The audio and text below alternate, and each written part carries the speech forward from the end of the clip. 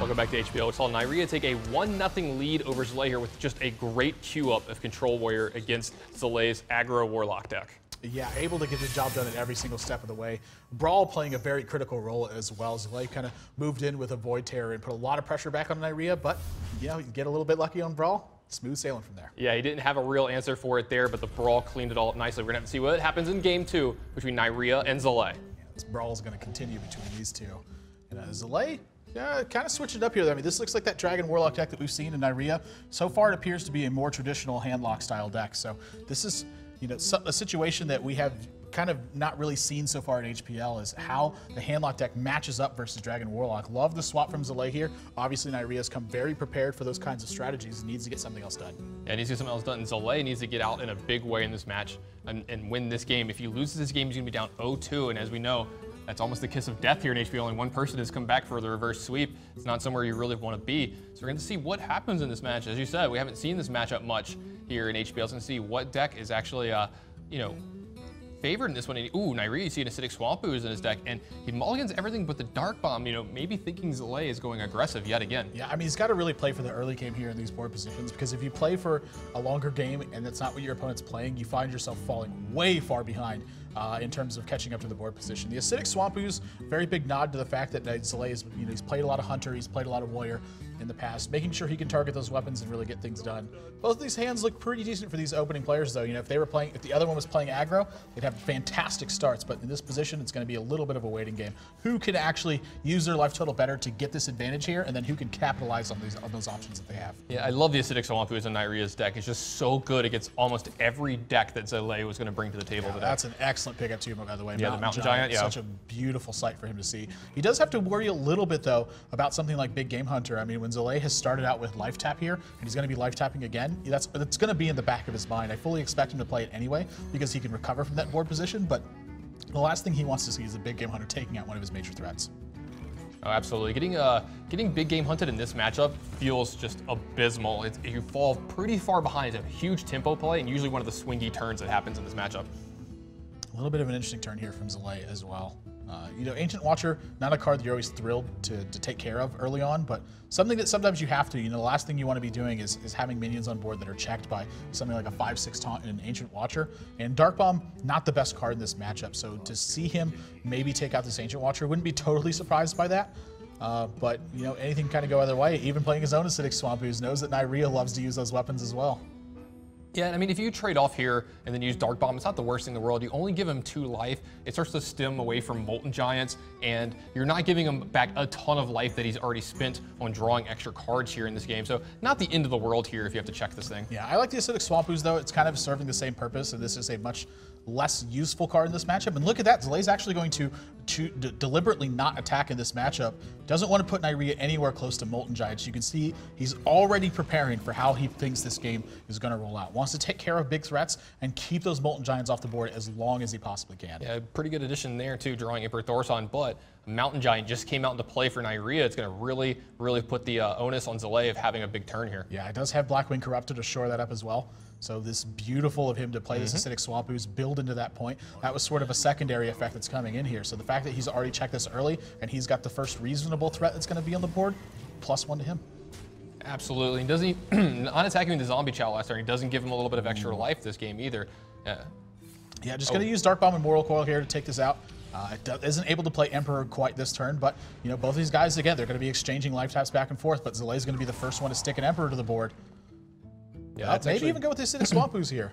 Yeah, getting the first Emperor to the board, it's kind of like the Grim Patron matchup we were talking about earlier. It's pretty important to get that huge mana advantage going forward in the game. Yeah, that's.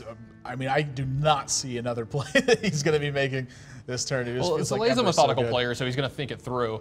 And yeah, I would just be very surprised we didn't see Emperor Thorson on this turn. It just seems it's such a clean turn. Yeah, your opponent has to do something about this too. They can't just sit back and let it happen. In this matchup in particular, it's extremely scary to be constantly giving your opponent that extra mana ramping, but not a clean way to kill it just yet. I mean, if you wanted to actually take this out, Shadow Flame is his only answer to that right now. So he's either going to have a very inefficient turn by using Shadow Flame and having this Ancient Watcher, and having the Sunfear Protector run into this, or he's going to have to forego it and give it a second trigger. I cannot blame him whatsoever for taking it out early on, but again, Zalae been very mindful of Neirea's life total. Those Molten Giants still cost 20 mana each. Yeah, those are still the full retail Molten Giants stuck in Neirea's hand. And Zalae, moving forward, he got a trigger off of his Emperor Thaurissan, and you're seeing that Soulfire in his hand. He's made a couple things a little bit cheaper. He's got a 1 mana Dark Bomb.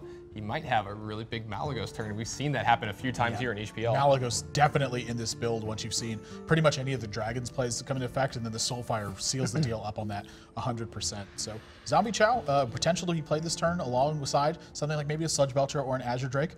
If he plays the Azure Drake, I think he's definitely playing the Zombie Chow to go along with it, but maybe he wants to save his Zombie Chow to keep Zalae's life total even further out of reach. He's got an anti-Keelbot right away too, start getting his life total back up so he can keep life tapping and not really fear any pressure. Yeah, both of these players are going to be life tapping early and often in this matchup, so controlling your life total is kind of important, and Zalae, you're seeing a second idea of controlling the life total because he doesn't want Neirea. It's almost as if he can see his hand and knows that he has 2 Molten Giants in his hand. He's controlling his life total in ways that Neirea can't get out to these huge starts. Yeah, so this is going to be a turn now where Zalae's got to have to make a decision on how he wants to kill Emperor Thaurissan. He's got multiple ways to do it, but which one of them is best? Yeah, there's definitely a couple different ways he can do it. He has a Soulfire in his hand with an Azure Drake. He's got a Mortal Coil if he wants to get through this Ancient Watcher with Taunt here. He has a Dark Bomb. He has a Hellfire. He's got a lot of options here. It's just what does he want to have developed on the board at the same time? Does he want to use his Azure Drake and use some of his burn spells, or does he want to use his Sludge Belcher and then use his burn spells from there? Yeah, so just gonna probably start things out with a life tap here, get a little bit more information. Again, the Emperor Thaurissan has been a catalyst to him having all the mana he needs to really get this job done. Here you go, Neirea. Have a little bit more life. So weird that you want your opponent to have health in this matchup. It's something that's very rare. Big Game Hunter added to his hand. That is a big-time card in this matchup. Yeah, Zalae has a lot of answers moving forward to everything that Neirea is going to play. This is really a big talking point for this deck too, is that a lot of times one of the ways they can win this matchup is just sheerly having answer to every single threat that Neirea is going to throw at him. If he doesn't stick something to the board, how does he actually deal damage in this matchup? Because Zalae doesn't have to put himself in danger to be getting threats out. Yeah, now Twilight Drake added to Neirea's hand and Zalae's hand last turn. That card is pretty big in this matchup. It's going to take care of Azure Drakes pretty easily and have just a huge amount of toughness. Now, it's interesting to see if he's going to not, I was about to say, I don't know how he does not play the Azure Drake this turn.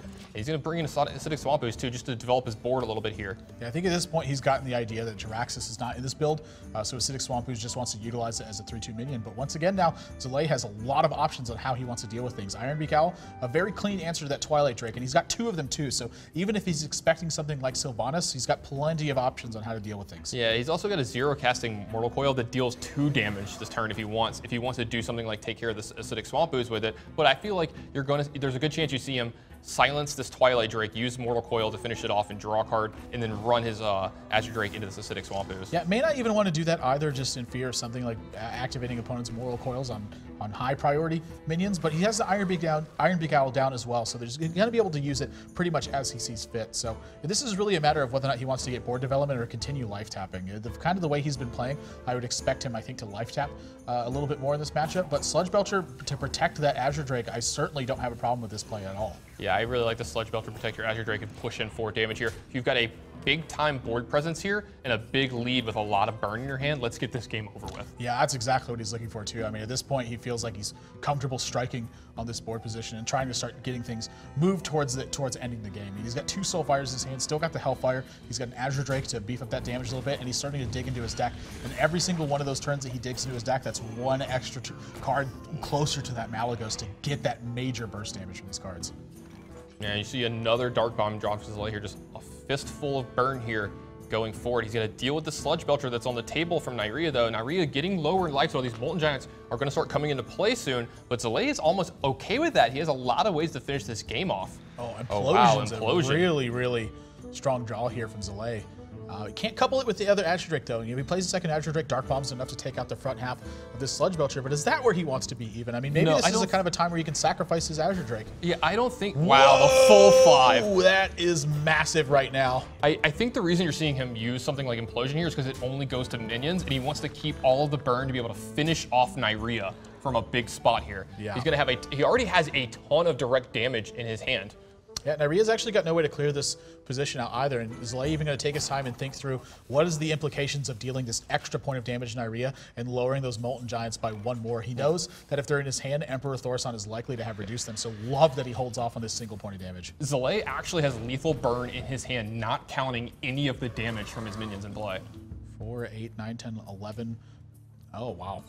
14 with the Hellfire.